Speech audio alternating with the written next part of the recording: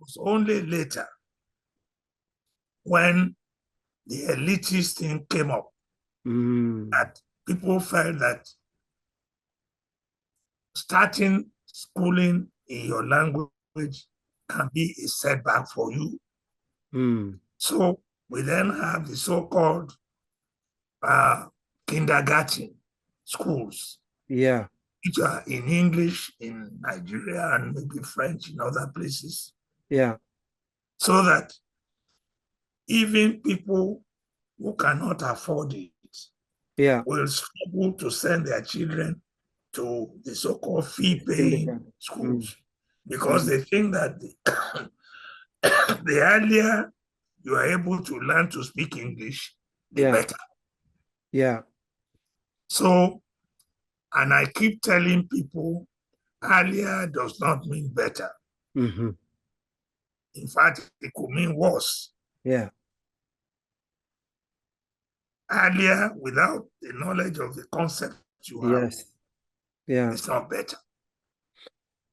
One of the studies we talked about earlier was the one that was done in Burkina Faso, where primary school children, two groups of primary school children were observed. So the first one did their education in French only.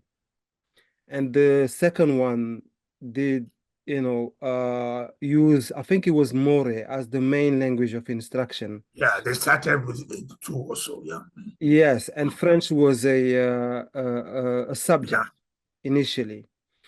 So at the end of the primary school, when they did the national exam, the evaluation at the national exam, those who did their primary schooling in their first language, in More, outperform those who did it in French only, not only in mathematics, in other subjects, but they also outperform them in French, which was the medium of instruction of the other group.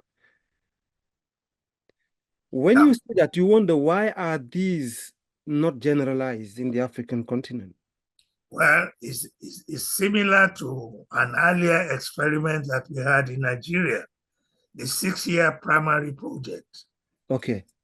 Which says that in the 6-year primary school, Yoruba will be the medium of instruction. For Yoruba speakers. For Yoruba and English will only be a subject. And even at the beginning, the only person who will speak English to them is the teacher of English. But later they had to modify that because they didn't have enough teachers. Enough teachers, yeah, that's always. And the people who had the entire education in all subjects except English, did better than those who had the proper 3-year Yoruba followed by 3-year English. That's it. That's the traditional one, the one that I went through. Yeah. So those who did 6 years of Yoruba, outperformed those who did 3 years of Yoruba and then 3 years of English. Yeah. Okay. So that basically,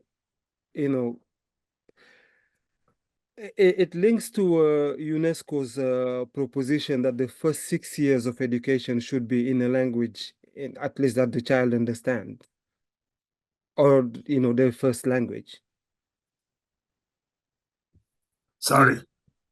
So I was saying that what you are saying relates to UNESCO's proposition that the first 6 years of education should be in the child's strongest language, or maybe languages.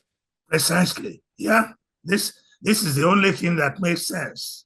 It's the only thing that makes sense.